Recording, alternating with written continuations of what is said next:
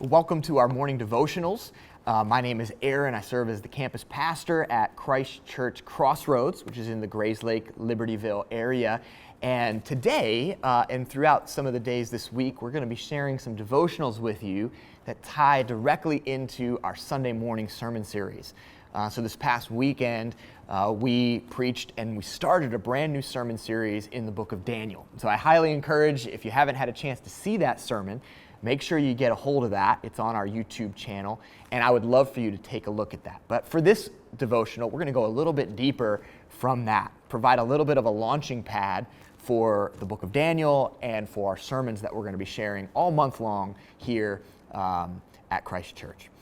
So we're talking about the book of Daniel, and Daniel can really be broken into two major sections. The first half of the book is really largely the history of what happens to the nation of Israel and kind of the really familiar stories. So if you think about, maybe if you grew up in church, kids remember the stories of like Daniel in the lion's den, and they remember about the Daniel fast with like the veggies and water that are in chapter 1, and then we remember the Daniel's 3 friends in the fiery furnace, and these are really neat. I mean, when I was little, it was flannel graph. I mean, these are the stories that we learned when we were growing up. But I think as adults, sometimes we don't actually dive too deeply into what God is teaching us in these stories. The second part of the book is where we hear about Daniel's dreams and his visions, some of those really crazy things that are written about. And then there's, books and college classes and seminary classes on what those last parts of Daniel talk about. But for our purposes, and in the month of July, myself and a variety of our campus pastors are going to be sharing with you on that first part of the book. And so today we're going to be focusing on chapter 1.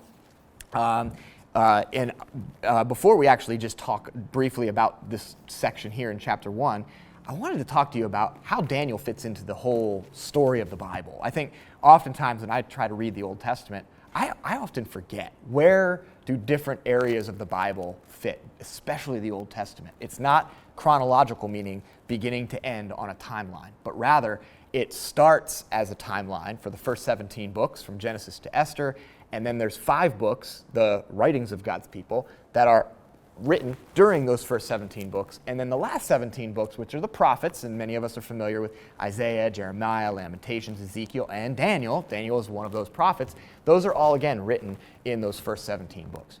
So you kind of have the end of the chronological Old Testament story really in Esther. And so Daniel takes place really kind of towards the end in Ezra, Nehemiah, and in that time frame.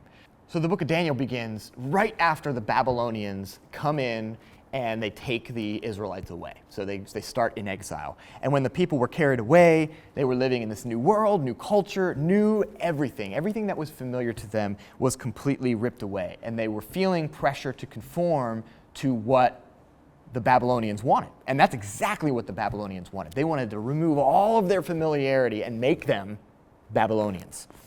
Almost to the person.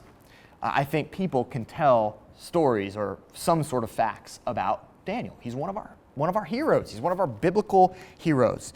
But as adults, we often kind of fail to go back and look at the finer points. So throughout these little devotionals, these little snippets, I hope this lands as a good introduction to the book of Daniel for you. And my hope is that you can begin to see, just like Daniel, just like his 3 friends, we can have confidence in God, we can trust him, and we can have hope, despite the ever-changing landscape of the world and the culture around us.